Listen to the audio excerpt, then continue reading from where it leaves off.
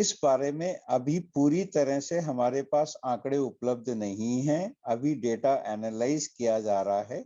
कुछ जगहों पर कुछ विशेष वैक्सीन में ये देखा गया है कि वैक्सीन लगवाने के 3 महीने बाद और एंटीबॉडी का स्तर कम हो रहा है, लेकिन जो हमारे यहाँ वैक्सीन लग रही है यानी कोविशील्ड और कोवैक्सीन और स्पुतनिक वैक्सीन, इनमें अभी ऐसा कोई डेटा ऑफिशियली या साइंटिफिकली हमारे सामने नहीं आया है जिसमें ये कहा गया है कि वैक्सीन लगाने के बाद और एंटीबॉडीज का लेवल कम हो रहा है। ये पहली बात है।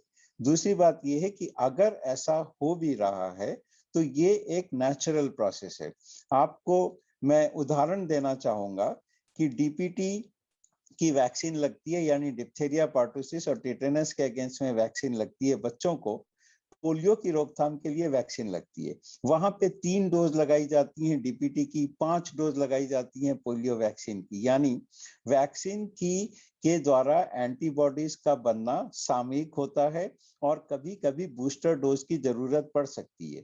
तो कोविड-19 के विषय में जब हम देखेंगे कि अगर कोविड-19 की वैक्सीन लगाने के कुछ समय बाद एंटीबॉडीज का स्तर गिर रहा है तो फिर बूस्टर डोज लगाने की बात सोची जाएगी, जैसा और वैक्सीन के बारे में ऑलरेडी किया जा रहा है। तो ये हमें अभी हम इस निष्कर्ष पर नहीं पहुंचे हैं कि इन लोगों को जिनको 2 डोज लग चुकी हैं उनको बूस्टर डोज लगाने की जरूरत है क्या, लेकिन इस पर शोध कार्य अभी जारी है।